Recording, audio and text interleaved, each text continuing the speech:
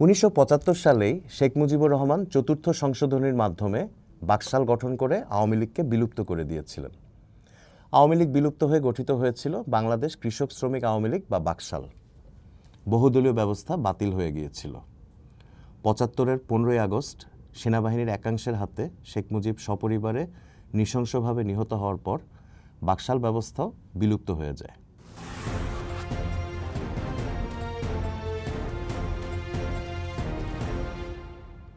শেখ মুজিব নিহত হওয়ার পর দেশে মোটামুটি দীর্ঘ সময়ের জন্য সামরিক শাসন চলেছিল।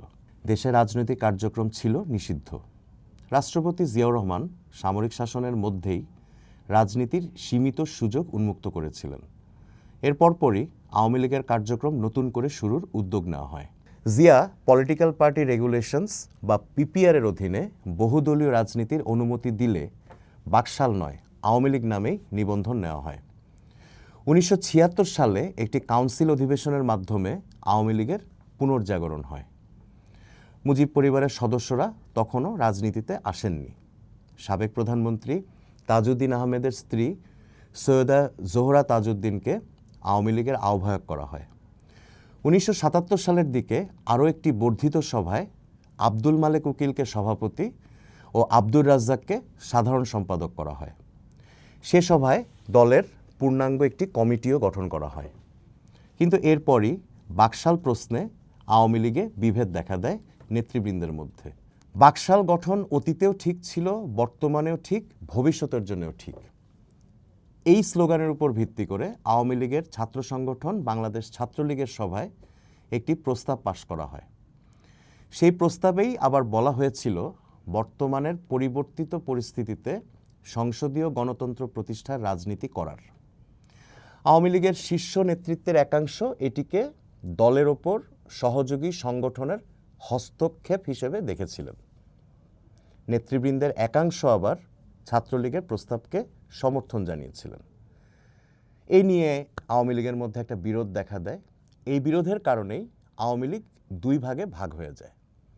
এক অংশের নেতৃত্বে থাকেন আব্দুল মালেক উকিল, অন্য অংশে মিজানুর রহমান চৌধুরী। ১৯৭৯ সালের জাতীয় সংসদ নির্বাচনে দুই আওয়ামী লীগই অংশ নিয়েছিল।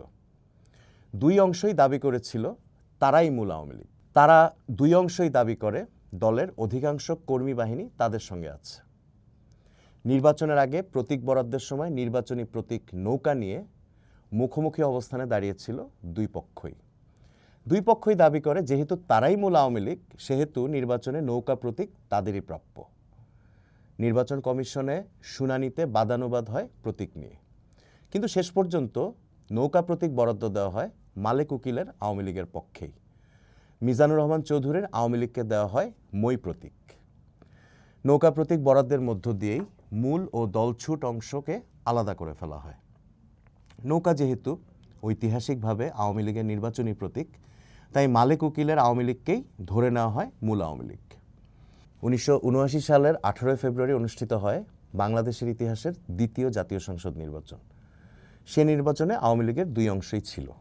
নির্বাচনে বিএনপি ২০৭ আসন লাভ করে ২/৩ সংখ্যাগরিষ্ঠতা অর্জন করে। মালেক উকিলের আওয়ামী লীগ নৌকা প্রতীকে ৩৯ আসন পেয়ে হয় জাতীয় সংসদের দ্বিতীয় বৃহত্তম দল। আওয়ামী লীগের অপর অংশ মই প্রতীকে পায় ২টি আসন। নির্বাচনটি অনুষ্ঠিত হয়েছিল সামরিক আইনের অধীনে। সামরিক শাসনের অধীনে অনুষ্ঠিত দেশের ইতিহাসের প্রথম নির্বাচন সেটি।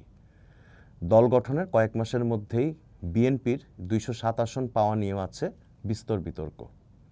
৭৯ নির্বাচনের মাধ্যমে গঠিত জাতীয় সংসদ জিয়াউর রহমানের সামরিক শাসনকে সাংবিধানিক বৈধতা দিয়েছিল। নির্বাচনে বিএনপি ২০৭টি, মালেক উকিলের আওয়ামী লীগ ৩৯টি, বাংলাদেশ মুসলিম লীগ ও ইসলামিক ডেমোক্রেটিক লীগের জোট ২০টি, জাসদ ৮টি, মিজানুর রহমান চৌধুরীর আওয়ামী লীগ, জাতীয় লীগ ও বাংলাদেশ গণফ্রন্ট ২টি করে আসন পেয়েছিল।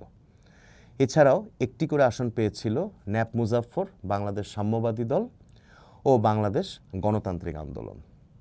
নির্বাচনে ৫১% ভোট পড়েছিল বলে দাবি করা হয়। প্রিয় দর্শক, বাংলাদেশের নির্বাচনের বিভিন্ন গল্প নিয়ে আমরা হাজির হচ্ছি চর্চায়। আগামী ১২ ফেব্রুয়ারির ত্রয়োদশ জাতীয় সংসদ নির্বাচনের আগে দেশের নির্বাচনী ইতিহাসকে একটু মনে করিয়ে দেওয়া আর কি। আমরা পরের পর্বে নতুন কোনো গল্প নিয়ে হাজির হব। আপনারা আমাদের সঙ্গেই থাকুন।